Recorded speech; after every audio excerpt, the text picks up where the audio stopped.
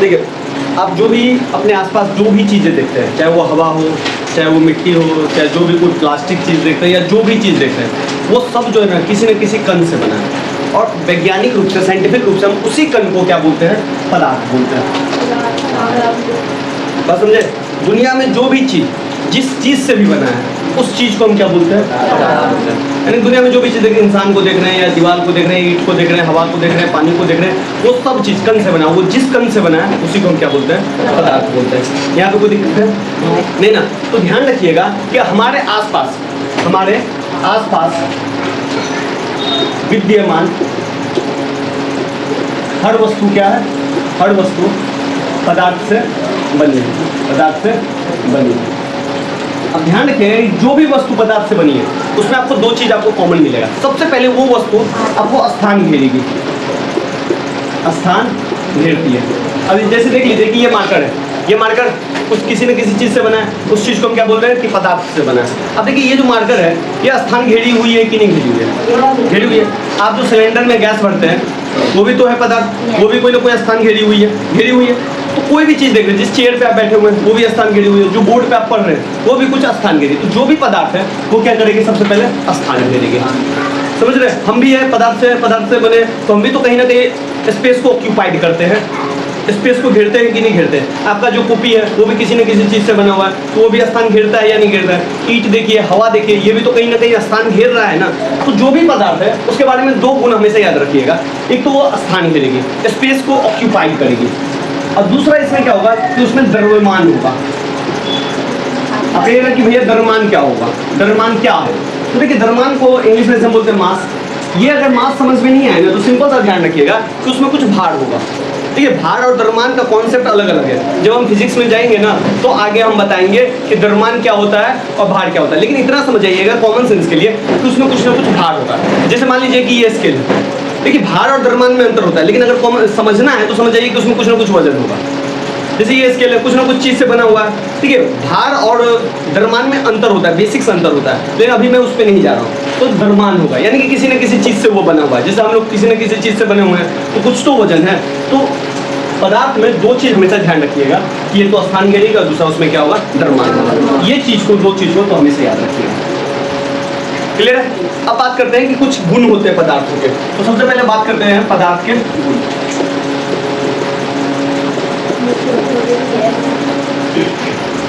कुछ पदार्थों के गुण के बारे में हम बात कर लेते हैं कि सबसे पहले जो गुण होता है कि कोई भी पदार्थ जो है ना कणों से मिलकर बनता है, कणों से मिलकर बनता है। अब ये कैसे भैया? तो देखिए, मान लीजिए कि एक गिलास पानी लीजिए, ठीक है, एक गिलास पानी ले रहे हैं और पानी में आपने क्या किया?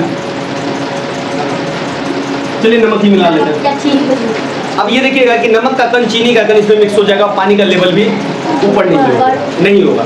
तो इससे पता है कि नमक का कण या नमक का कण पानी के कण में मिल जाता है। तो इस एग्जांपल से ना दो चीजें होता है कि पदार्थ जो है कणों से मिलकर बनता है, और दूसरी बात कणों के बीच में रिक्त स्थान होता है, रिक्त स्थान होता है। ये बात समझे कि नहीं समझे? जैसे पानी है, अगर हम पानी में नमक मिलाएं 1 चम्मच या चीनी मिलाएं 1 चम्मच, तो पानी का लेवल मान लीजिए कि यहाँ है, 1 चम्मच के बाद यहाँ आना चाहिए, लेकिन ऐसा नहीं होता है। क्यों नहीं होता ऐसा? क्योंकि पानी के बीच में जो कण के बीच में जो खाली स्थान है, उस कण के बीच में ये पानी ये जो नमक का कण है या जो चीनी का कण है उसमें समा जाता है। तो हमेशा ध्यान रखिएगा कि इसमें जो पदार्थ कणों से बना होता है और कणों के बीच में रिक्त स्थान है। और ये भी ध्यान रखिएगा कि ये जो कण है अत्यंत छोटे होते हैं, अत्यंत छोटे होते हैं, जिसे हो सकता है कि हम हाथ से कभी कभी देख भी नहीं पाए। ऐसा कहा जाता है कि हमारे शरीर में, अगर हम अपने शरीरों के बारे में बात करें, कि हमारा शरीर जो है ना खरबों खरब कणों से मिलकर बना हुआ है। एक साइंटिफिक डेटा है जहाँ पे कहा जा रहा है कि 46 अरब कण से हमारा 46 खरब कण। सोच सकती है कि 46 खरब कितना होता है? जब हम काउंटिंग करते हैं ना तो ऐसे काउंटिंग करते हैं। क्या कैसे करते हैं बताइए? दूसरा इकाई, दहाई, सैकड़ा, हजार, अरब। सैकड़ा अरब नहीं करते, इकाई, दहाई, सैकड़ा, हजार, 10,000, लाख, 10 लाख, करोड़, 10 करोड़, अरब, 10 अरब, फिर आता है खरब, फिर 10 खरब। तो 46 खरब की बात है। खरबों खरब कण मिलकर हमारा शरीर का निर्माण करता है। तो समझ आइए कि कण कितने छोटे होते हैं। समझे। कण बहुत ही छोटे होते हैं, कभी कभी आप इसको देख भी नहीं सकते हैं, समझे। यही कण मिला के न किसी चीज़ को आकार देता है, और तब हम उस आकार को देखते हैं। अगर हमारे शरीर में से कण निकाल लिया जाए तो उस कण को हम देख भी नहीं पाएंगे, समझे ना। तो कण क्या होते हैं, बहुत ही अत्यंत छोटे होते हैं। और पदार्थ के जो गुण है, ये सब कुछ गुण है। इसमें से कुछ और ध्यान रखिएगा कि कण जो है ना, ये जो कण है निरंतर गति करते हैं, निरंतर गति करते हैं। और एक पॉइंट और याद रखिएगा कि ये कण निरंतर गति करते ही है, और गति करने के कारण इसमें एक गतिज ऊर्जा होती है, गतिज ऊर्जा होती है, ठीक है। कोई भी चीज जब गति करता है ना तो उसमें एक ऊर्जा विद्यमान हो जाती है, उसी ऊर्जा को हम बोलते हैं गतिज ऊर्जा, जो हम आगे फिजिक्स वाले चैप्टर में इसी क्लास में हम पढ़ेंगे। और एक चीज ध्यान रखिएगा कि ये जो कण है ना, एक दूसरे को आकर्षित करते हैं। अब ये भी दो पॉइंट बात करते हैं। जैसे मान लीजिए कि आप पानी लिए, ठीक है, पानी है, पानी में उंगली से पानी को काटिए, क्या होगा, पानी कट जाएगा, नहीं कटेगा। इसका मतलब है कि कण एक दूसरे को क्या करते हैं, आकर्षित करते हैं, समझे। दूसरा है कि कण जो है निरंतर गति करते हैं। अब कण निरंतर कैसे गति करता है, इसे हम आपको जैसे मान लीजिए कि ये एक ग्लास है, ठीक है, इसमें भी पानी भरा हुआ है, इसमें भी पानी भरा हुआ है। थोड़ा सा प्रैक्टिकल करवाते हैं, बट थोड़ा सा मुश्किल है, मैं बाद में प्रैक्टिकल करके आपको दिखला दूंगा। मान लीजिए इसमें नॉर्मल वाटर है, सामान्य पानी है, और इसमें थोड़ा सा गर्म पानी है, इसमें थोड़ा सा गर्म पानी और इसमें थोड़ा सा क्या सामान्य पानी है, नॉर्मल वाटर है, और इसमें थोड़ा हॉट वाटर है। अब इसमें रंग डालिए और इसमें रंग डालिए, और कुछ नहीं करना है, हिलाना उलाना कुछ नहीं। आप देखिएगा कि गर्म पानी का जो रंग है वो जल्दी ही फैल जाएगा, जल्दी ही फैल जाएगा। इसका मतलब है कि कण जो है वो गति करते हैं, और उष्मा देने पे वो और भी गति करते हैं, बस समझे। इसीलिए ये पॉइंट है, कण निरंतर गति करते हैं, समझे। तो ये 5-6 पॉइंट कंप्लीट है, क्लियर है। ये कुछ मैटर्स के प्रॉपर्टी है, जो ये जो है कणों से मिलकर बनता है। कणों के बीच रिक्त स्थान होता है, कण अत्यंत छोटे होते हैं, कण निरंतर गति करते हैं, और कण जो है एक दूसरे को आकर्षित करते हैं, क्लियर है। कि पदार्थ जो है हमारे आसपास जो जितनी भी चीज़ें वो पदार्थ है। ये मिट्टी हम देखते हैं कि नहीं देखते हैं, हवा महसूस करते हैं, ठीक है कि नहीं, और हम क्या पानी भी देखते हैं ना।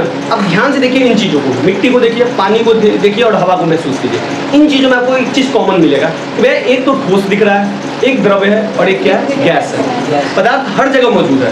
तो हम पदार्थ की अवस्थाओं की बात करें तो मोटे तौर पे जो हम इन अवस्था को है, पदार्थ की अवस्था को हम 3 हिस्सों में बांट सकते हैं।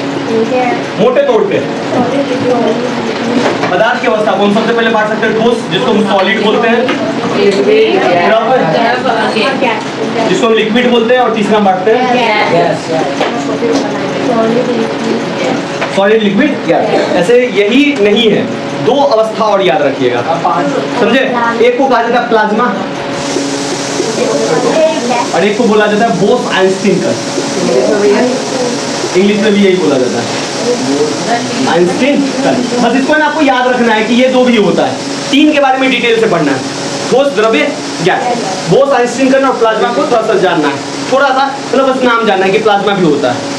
अगर आपके ऑब्जेक्टिव क्वेश्चन में आ जाए कि ठोस पदार्थ की कितनी अवस्थाएं होती है, 5 अवस्थाओं के नाम लिखे, तो ये पूरे लिखना है, समझे ना। सॉलिड अगर 3 अवस्था के बारे में बोले तो ठोस, द्रव्य, गैस की बात करना है, क्लियर है इतना। आप देखते हैं कुछ ठोस के भी कुछ गुण होते हैं। जैसे ठोस में आप देखिएगा कि इसका एक निश्चित आकार होता है, निश्चित आकार, निश्चित आकार, समझे। जैसे मान लीजिए कि हमारे हाथ में स्केल है ना, तो इसका आकार निश्चित है कि नहीं, जब तक कि उसमें कुछ अपना बल ना लगाए, है कि नहीं। लेकिन द्रव्य, अगर मान लेते हैं कि द्रव्य को हम इस तरह के बर्तन में डालें या इस तरह के बर्तन में डालें, तो इसका आकार रहेगा। ये द्रव्य है, अगर पानी को हम इसमें डालें तो इसके आकार का ग्रहण कर लेगा, और इसमें डालेंगे इसके आकार का ग्रहण कर लेगा। लेकिन अगर मैं इसी स्केल को इसमें डालूं फिर भी यही आकार रहेगा, और इसमें डालूं यही आकार रहेगा। यानी कि ठोस का आकार निश्चित होता है, लेकिन द्रव का आकार निश्चित नहीं है। यहाँ पे थोड़ा नहीं डाल दे रहा हूँ, समझे। तो भैया जब द्रव का आकार निश्चित नहीं है तो क्या गैस का आकार निश्चित होगा? नहीं होगा। तो ध्यान से देखिएगा, लाइटर देखिए, लाइटर, तो ध्यान रखिए कि लाइटर जो आप लोग देखते हैं सिगरेट वाला लाइटर, कुछ इस तरीके के शेप वाला रहता है कि नहीं रहता है? अब ये इस आकार का जो घर में सिलेंडर यूज होता है वो कुछ सिलिंड्रिकल शेप का रहता है, ऐसे करके लगा रहता है, होता है कि नहीं होता?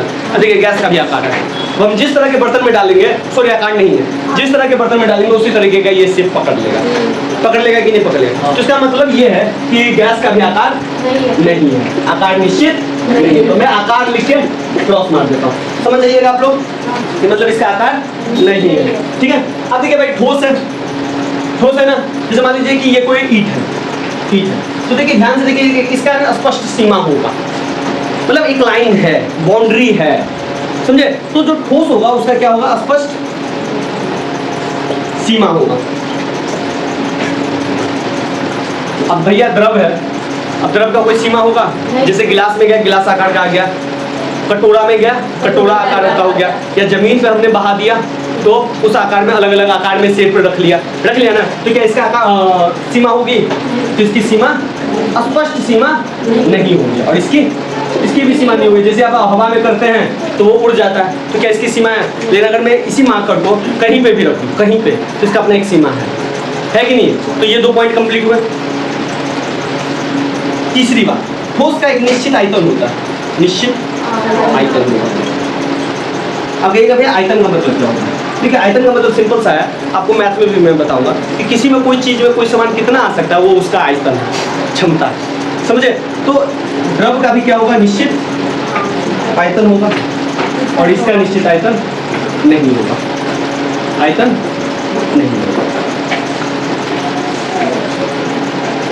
संपीड्यता नग, यानी कि ठोस को आप है ना कंप्रेस नहीं कर सकते हैं, मतलब ठोस को आप कंप्रेस नहीं कर सकते, मतलब दबा नहीं सकते, समझे ना। पानी को थोड़ा हद तक आप कंप्रेस कर सकते हैं, थोड़ा हद तक, समझे, ज्यादा आप नहीं कर सकते। यानी कि इसमें हम कर सकते हैं कम संपीड्यता, और इसमें आप कर सकते हैं, गैस में आप संपीड्यता है। ये संपीड्यता समझे, दाबना, यानी कि ठोस को आप ना के बराबर दबा सकते हैं, हाँ, नग्न का मतलब कम, ठीक है ना, मतलब नहीं के बराबर, कम नग्न रहने दो, क्योंकि कम यहाँ भी है ना, ठीक है ना। नग्न का मतलब नहीं के बराबर। संपीड्यता समझे कि नहीं समझे, यानी कि कंप्रेस आप नहीं कर सकते। ईटा को कंप्रेस कर सकते हैं, सोच के देखिए, नहीं कर सकते ना। पानी को थोड़ा सा हो सकता है कंप्रेस, और गैस को हम कंप्रेस कर सकते हैं बहुत ज़्यादा, समझे कि नहीं। गैस को हम इतना कंप्रेस कर सकते हैं कि उसको सॉलिड भी बना सकते हैं, समझे कि नहीं समझा। इस चीज़ को ध्यान रखिएगा, तो बिल्कुल इसीलिए उसको हम कंप्रेस कर सकते हैं। अब जैसे देखिए हमारे यहाँ पे कौन सा गैस आता है, लिक्विड पेट्रोलियम गैस, सुने, एलपीजी। एलपीजी इसका फुल फॉर्म होता है लिक्विड पेट्रोलियम गैस। गैस है, मैं लिक्विड कैसे हो गया, सोचे कभी, जब गैस है तो लिक्विड क्यों है, क्योंकि हमने गैस को कंप्रेस करके उसको क्या बना दिया, लिक्विड बना दिया। तो देखिए ठोस का जो कण होता है, अगर मान लेते हैं ये ठोस है, तो इसका कण है एकदम नजदीक होगा, एकदम नजदीक, इसीलिए ये क्या है, ठोस है। द्रव का जो कण होगा ये थोड़ा सा दूर दूर होगा, इसलिए इसके कंप्रेस करेंगे ना तो ये कण क्या आ जाएगा, नजदीक आ जाएगा, और गैस के जो कण होते हैं वो बहुत ही दूर दूर होते हैं। अब इसको कंप्रेस किया जाएगा, आप सोच के देखिए, जब इसको कंप्रेस किया जाएगा तो ये द्रव में आएगा कि नहीं आ जाएगा, इसके कण नजदीक आएंगे, और कंप्रेस किया जाएगा तो यही है संपीड्यता। इसमें नगण्य होती है, इसमें कम संपीड्यता और इसमें अधिक होता है, यानी कि इसको हम ज्यादा से ज्यादा कंप्रेस कर सकते हैं, समझे। अब बताइए स्पंज तो आप देखे हुए हैं, स्पंज क्या होता है, ठोस है, द्रव है, गैस है, क्या है, ठोस है, लेकिन उसको हम कंप्रेस कर पाते हैं, क्यों, उसमें बहुत सारे पार्टिकल, हाँ, उसमें एयर निकलता है। बात समझे कि नहीं समझे। स्पंज देखे हो कि नहीं देखे हो, स्पंज जानती भी नहीं हो। अरे जब पानी गिर जाता है तो ऐसे ऐसे करके लेते हैं, फिर उसको निचोड़ देते हैं, देखेंगे नहीं देखे, तो उसको स्पंज कहा जाता है। स्पंज को आप देखोगे तो ठोस, द्रव और गैस में उसको हम कहाँ पे रखेंगे, अगर स्पंज को ले, स्पंज तो पदार्थ है, इसको हम ठोस में रखेंगे, द्रव में रखेंगे, गैस में रखेंगे, कहाँ रखेंगे बताइए, ठोस, अच्छा स्पंज को द्रव में रखेंगे।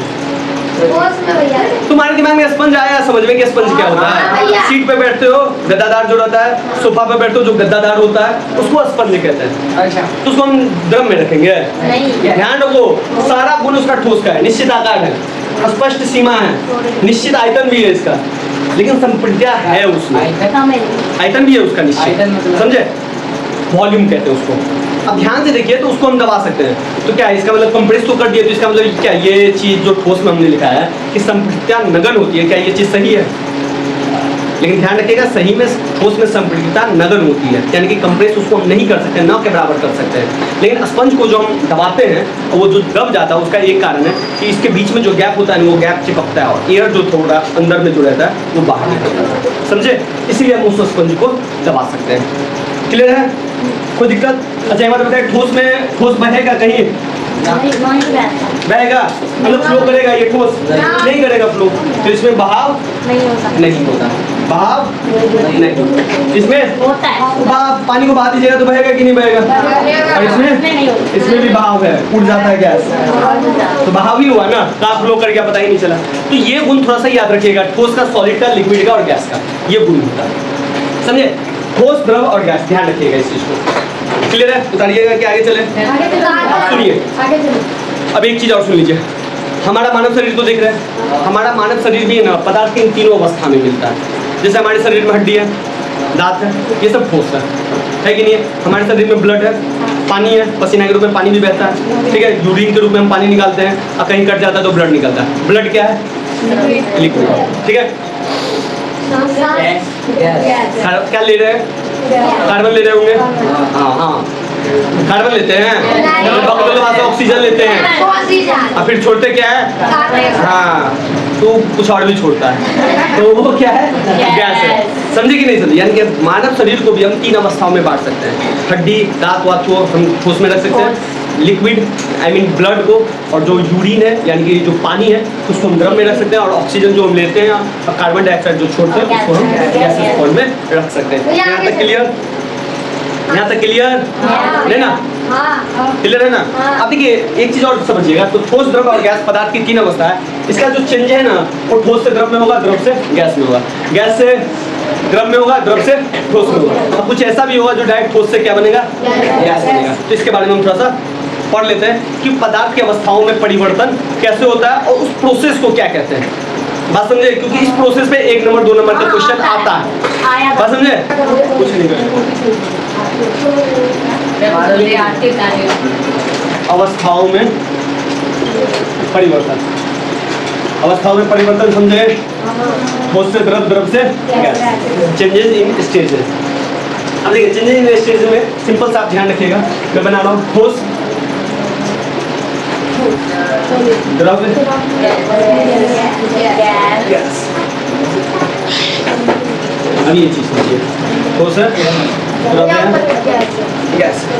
अब देखिए ऐसे आप सिंपल सा जानते हैं कि भैया ठोस से जो है, ठोस से कहाँ में बनता है? द्रव से। तो ठोस से जो द्रव में बनता है, तो इस प्रोसेस को हम कहते हैं कि बर्फ है, मान लेते हैं कि पानी है ना, पदार्थ की तीनों अवस्था में, बर्फ है तो ठोस है, पानी है तो जो वाष्प हो गया वो गैस हो गया। समझ गए? मान लीजिए कि बर्फ है, वो पिघल के क्या बन गया?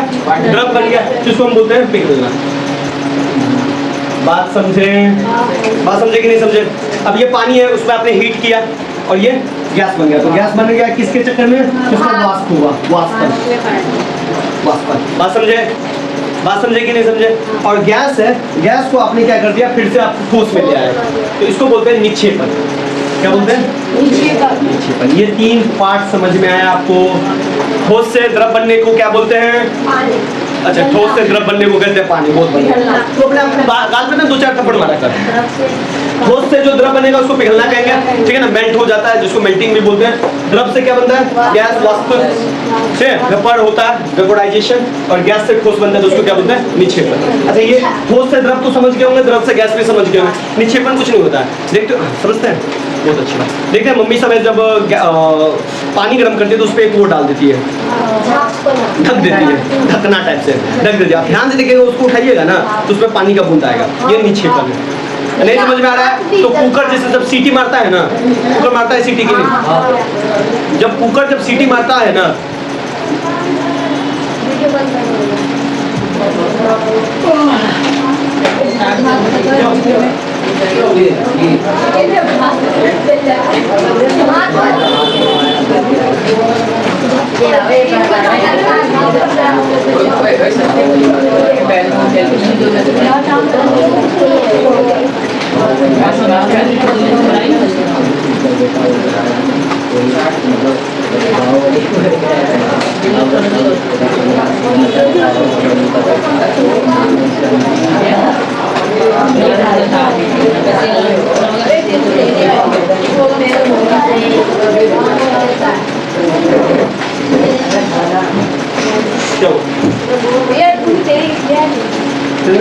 वो टूट गया, उसको आराम से नहीं, हाँ सुनिए, तो मैंने क्या बोला, जो कुकर है, कुकर से गैस निकलता है, वहाँ पे ना कुछ चीज़ सामान रख के देखिए, तो देखिएगा वो गैस जो है ना उस पर आएगा, तो वहाँ पे पानी का बूंद आ जाएगा, यही है।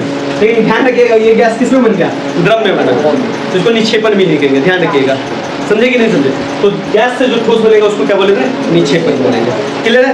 अब थोड़ा सा उल्टा चलते हैं, पहले किधर चले, पहले आते इधर से ही आते हैं। ठोस से जो डायरेक्ट गैस बनेगा उसको कहते हैं ऊर्ध्वपातन, इसको सब्लिमेशन कहा जाता है, समझे, सब्लिमेशन कहा जाता है।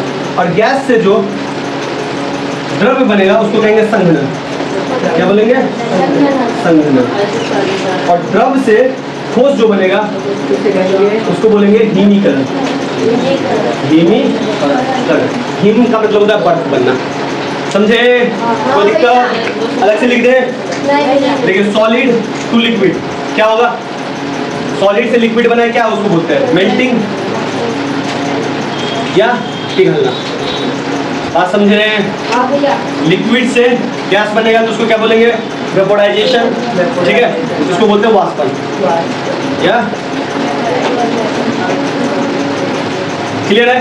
और फिर गैस से क्या बन रहा है, सॉलिड बन रहा है, तो उसको क्या बोलेंगे, निक्षेपण बोलेंगे। और निक्षेपण को इंग्लिश में क्या बोलते हैं, लिक्विड से गैस, अरे रुक जाओ यार, गैस से सॉलिड, गैस से, हाँ इसको बोलते हैं रिवर्स सब्लिमेशन, रिवर्स सब्लिमेशन बोल दीजिए, नहीं तो निक्षेपण बोल दीजिए, इसको निक्षेपण बोल दीजिए। ये तीन समझ गए, सॉलिड से लिक्विड, लिक्विड से गैस और गैस से, ये तीन हो गया। अगला तीन भी होगा, अगला तीन क्या होगा, अगला तीन होगा सॉलिड से गैस, गैस से लिक्विड, लिक्विड से, तो सबसे पहले चलते हैं लिक्विड से सॉलिड। लिक्विड से सॉलिड को क्या बोलेंगे, फ्रीजिंग,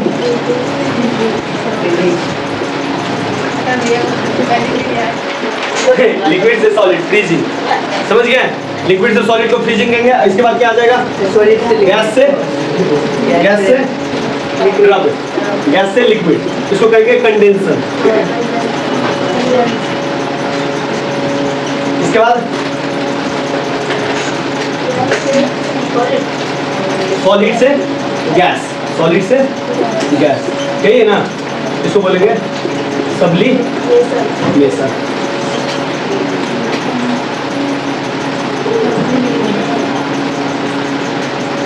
कंडेंसर, ठीक है। अभी मैंने बोला कि पानी जो है ठोस में भी मिलता है, सॉलिड पानी जो है वो पानी है, तो इसको क्या बोलेंगे, लिक्विड। और वाष्प है तो उसको क्या बोलेंगे, गैस। अब देखिए यहाँ पे जो पदार्थ का जो तीन अवस्था है, सॉलिड, लिक्विड, गैस, ठोस, द्रव्य, गैस, यहाँ पे बर्फ पानी में बना है, पानी वाष्प में बना है, तो इसका एक ही कारण है, तापमान।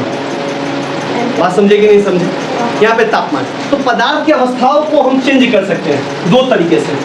पदार्थ की अवस्थाओं को जो हम चेंज कर सकते हैं, पदार्थ की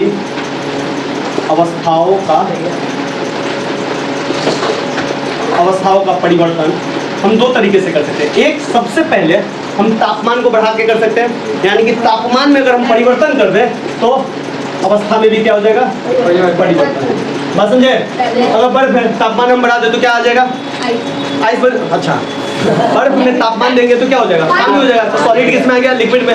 लिक्विड को फिर हम तापमान बढ़ा दे तो किस में आ जाएगा, गैस। इसी तरह हम गैस का तापमान कम करें तो लिक्विड में आ जाएगा, लिक्विड का तापमान और भी कम करें तो सॉलिड हो जाएगा। तो हम तापमान में वृद्धि करके हम पदार्थ की अवस्थाओं को चेंज कर सकते हैं। दूसरा, हम दाब में परिवर्तन कर सकते हैं, दाब में परिवर्तन करके हम उसका अवस्था को परिवर्तन कर सकते हैं। दाब का मतलब प्रेशर, प्रेशर देखिए, जैसे मान लीजिए इसको ऐसे समझिए कि जैसे मान लीजिए कि ये गैस है, ठीक है, ये कल ऐसे ऐसे बिखरा हुआ है, इसको मैंने कंप्रेस किया, मान लीजिए ये कंप्रेसर है, ऐसे करके कंप्रेस किया, इसको दबा रहे हैं।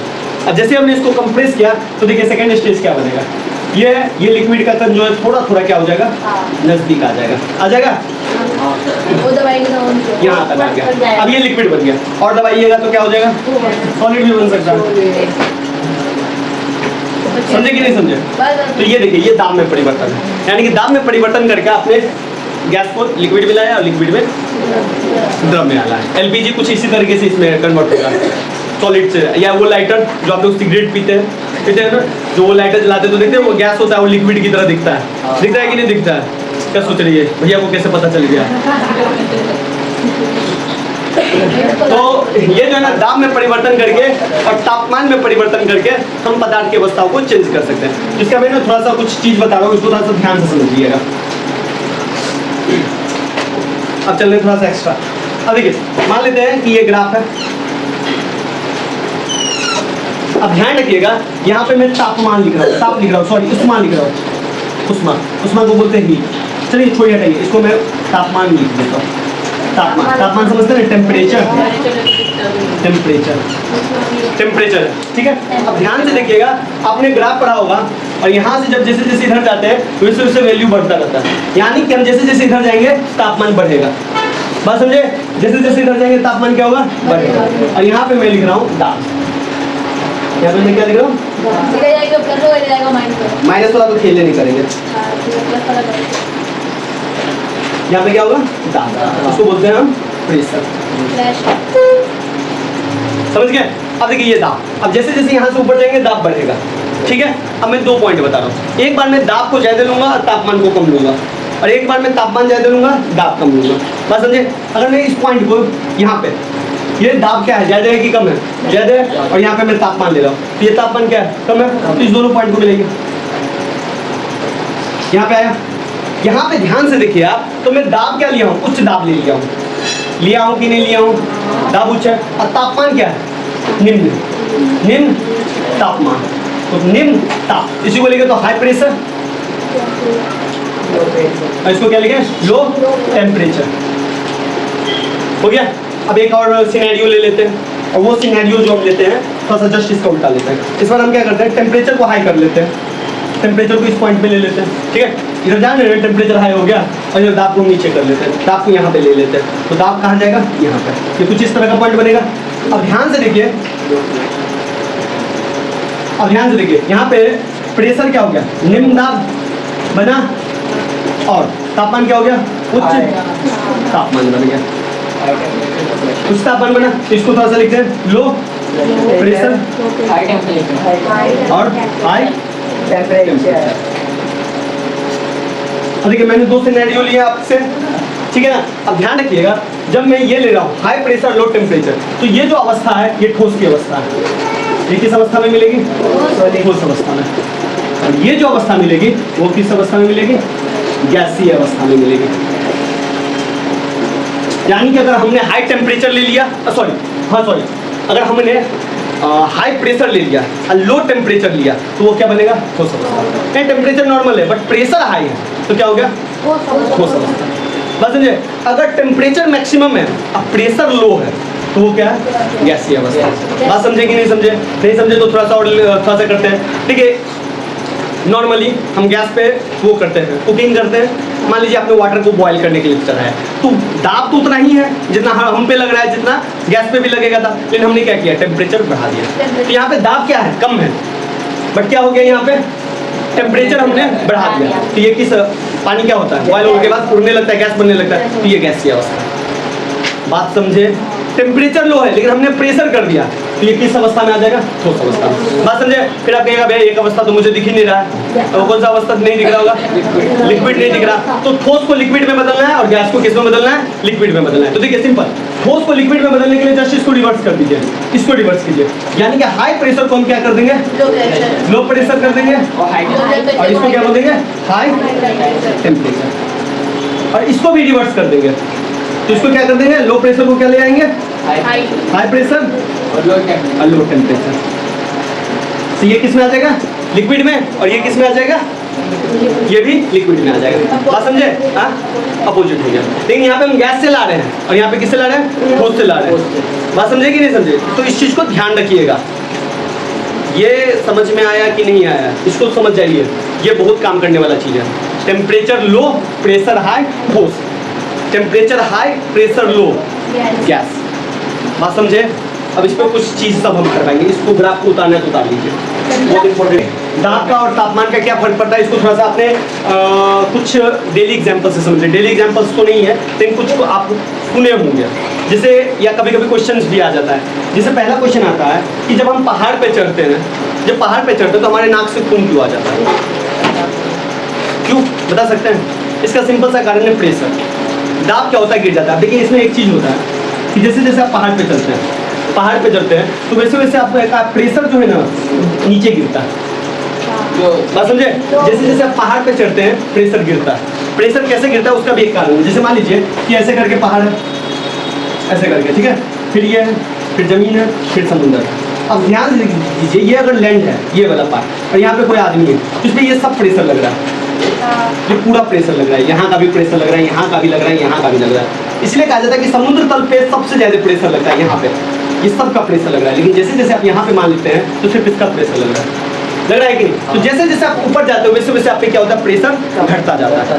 अब जैसे ही प्रेशर घटता है तो क्या होता है कि आपके शरीर का दाब और बाहर के दाब में अंतर आ जाता है। जब अंतर आता है तो ब्लड फ्लो कर जाता है, नाक से खून गिरने लगता है। बात समझे? तो जैसे जैसे आप पहाड़ पे जाइएगा वैसे वैसे क्या होगा, वैसे वैसे एटमॉस्फेयर का प्रेशर जो है कमेगा। और ध्यान रखिएगा, एक एटमॉस्फेरिक प्रेशर जो होता है, वायुमंडलीय दाब जो होता है, वो 1.03125 इंटू 10⁵ पास्कल के बराबर होता है। इसको याद कर लीजिएगा अगर कर सकते हैं तो। 0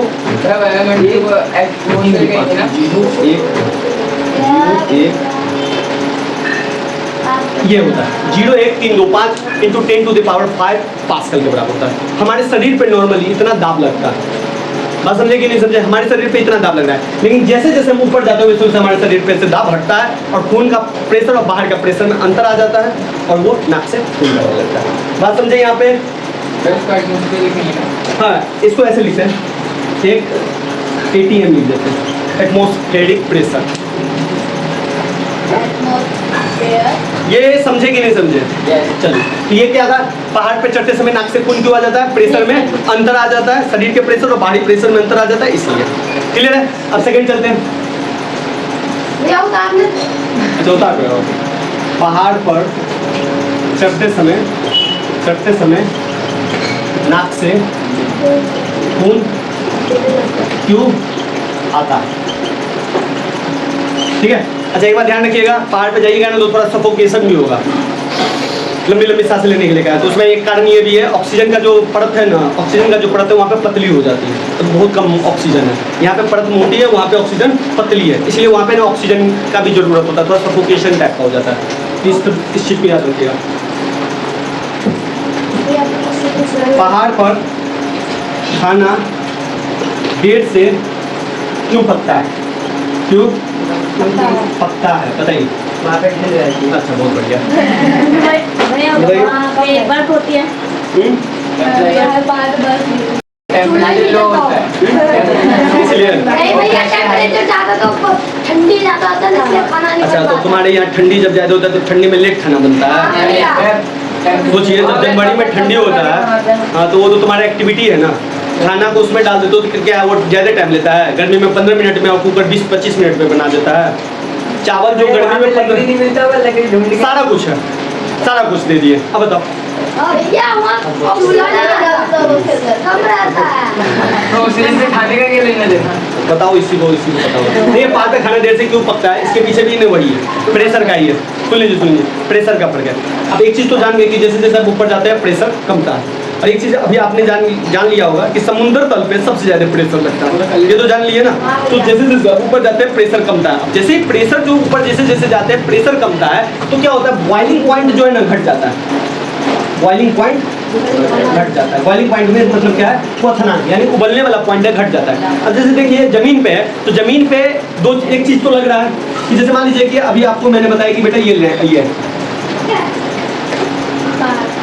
लैंड है, यहाँ पे हम लोग खाना बनाते हैं। अब खाना बनाते हैं यहाँ पे तो तापमान तो हम दे ही रहे हैं, ऊपर से प्रेशर भी है, यहाँ का भी प्रेशर लग रहा है, यहाँ का भी प्रेशर लग रहा है, यहाँ का भी प्रेशर लग रहा है। और ये नॉर्मल प्रेशर कितना है? अभी मैंने लिखाया था 1.01325 इंटू 10⁵ पास्कल। इतना प्रेशर है इस पे और तापमान भी दे रहे हैं, तो क्या ये 100 डिग्री सेल्सियस पे उबलने लगता है। लेकिन यहाँ पे तो प्रेशर कम गया, यहाँ पे तो प्रेशर कम गया। अब यहाँ पे जैसे प्रेशर कम गया तो ये 100 डिग्री से पहले ही उबलने लगेगा, और ये हो सकता है 80 डिग्री पे ही उबलने लगे। इसलिए जो 100 डिग्री सेल्सियस पे उबल रहा है वो किस पे उबल रहा है, 80 डिग्री सेल्सियस पे उबल रहा है। तो इसका मतलब है कि यहाँ पे खाना लेट पकेगा। बात समझे? जल्दी क्या कैसे जल्दी होगा? अब पहले उसको 100 डिग्री पे गर्म होना था, अब ये 80 डिग्री पे गर्म होगा। तो गर्म करने से नहीं होता है ना, उबल रहा है तो एक दाब भी तो काम कर रहा था ना। अब मैंने क्या बोला है, तापमान में या अवस्था में परिवर्तन में दो चीजें इंपॉर्टेंट रोल करता है, एक दाब और एक ताप। यहाँ पे इसको तापमान भी मिल रहा है, बिल्कुल यहाँ पे तापमान भी मिल रहा है और यहाँ पे प्रेशर भी है, और यहाँ पे प्रेशर उतना है नहीं, सिर्फ तापमान है, इसलिए ये लेट हो रहा है। तो पहाड़ पे खाना लेट क्यों बनता है? बनता नहीं, लेट क्यों पकता है? पकना और बनने में अंतर होता है, समझे? अब मान लीजिए कि राजा या गुलशन खाना बनाएगा तो लेट ही बनाएगा, सॉलिड है। वही लाडो और राधा बनाएगी तो जल्दी बना सकती है क्योंकि उसको आदत है। बात समझे कि नहीं समझे? तो पकने वाली बात है, समझे? लाडो तो ऐसे भी खाना बनाती है, पका देती है खाना को। जब खाना जल्दी नहीं बनता उससे बात करने लगती है, खाना पक जाता है। नहीं समझे ना जो? नाम आ गया वीडियो में, सबको दिखाएंगे। आप सुनिए, ध्यान रखिएगा, पानी जो है ना तभी उबलेगा जब वो वायुमंडलीय दाब के बराबर हो जाएगा, समझे? तो यहाँ पे पानी वायुमंडलीय दाब के बराबर हो जाता है, ज़्यादा प्रेशर है इसलिए ज़्यादा टाइम लगता है, और यहाँ पे कम है दाब, तो जब पानी वायुमंडलीय दाब के बराबर होता है तब ये उबलने लगता है। यहाँ पे इसलिए 100 डिग्री सेल्सियस पे उबलता है और यहाँ पे 80 डिग्री सेल्सियस पे उबलता है, यानी कि यहाँ पे हीट कम गया और यहाँ पे हीट ज़्यादा जा रहा है। बात समझे कि नहीं समझे? तो इस चीज़ को थोड़ा सा ध्यान रखिएगा। और एक चीज़ और, प्रेशर कुकर में खाना जल्दी बन जाता है, प्रेशर कुकर में। तो तीसरा, प्रेशर कुकर में भैया खाना जल्दी क्यों पक जाता है बताइए कोई? क्योंकि वो चारों तरफ से बन रहता है। हाँ बंदा, अब ये प्रेशर बना रहा है, प्रेशर बन गया ना, गैस को जमा कर दिया, प्रेशर बन गया। अब ये प्रेशर बनने के कारण क्या है, प्रेशर अब ज्यादा बन गया ना, प्रेशर यहाँ पे कम बना या ज्यादा बन गया? ज्यादा बन गया। तो यानी कि यहाँ का पानी अब 120 डिग्री सेल्सियस पे बॉईल करेगा, यानी कि बहुत जल्दी गल गया, यानी 120 डिग्री सेल्सियस पे बॉइलिंग कर रहा है। मतलब समझे, खोलना स्टार्ट, यानी कि इसमें कितना हीट गया होगा, बात समझे? उसमें कितना गया होगा, तो इसीलिए ये 120 डिग्री सेल्सियस पे बॉइलिंग करता है। बात समझे? ये 80 डिग्री पर, ये 120 डिग्री, इसलिए इसमें लेट लग रहा है और इसमें जल्दी हो रहा है। तो कुकर में खाना क्यों जल्दी पक जाता है, समझे कि नहीं समझे? दाल सब देखते हैं ना, सबसे ज्यादा मम्मी सब क्या करती है, दाल को है ना वो इधर पतीला में नहीं बनाएगी, कुकर में डाल देती है, 3-4 सीटी लगता है, बस कहानी खत्म करो। हाँ, बॉइलिंग पॉइंट ज्यादा है, जल्दी पक जाता है खाना।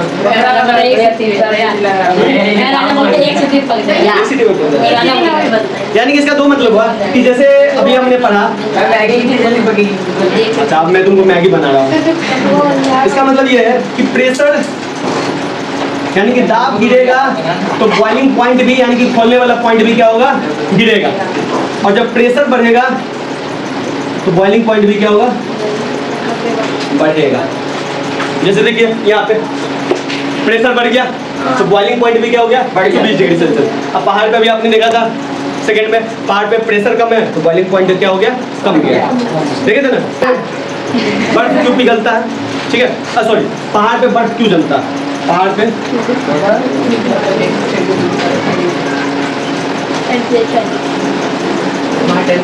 ये टेम्परेचर तो कम है ही, जैसे जैसे ऊपर जाते हैं टेम्परेचर कम है और थोड़ा प्रेशर भी लो है। तो आपने देखा था लो टेम्परेचर और हाई और लो प्रेशर हो गया, तो इससे क्या होता है कि बर्फ जो है जमता है। जैसे मान लीजिए कि यहाँ पे तो प्रेशर क्या है, माइनस में, हाँ, तो प्रेशर क्या है, प्रेशर भी कम है, ये बर्फ में बना हुआ है, ठीक है।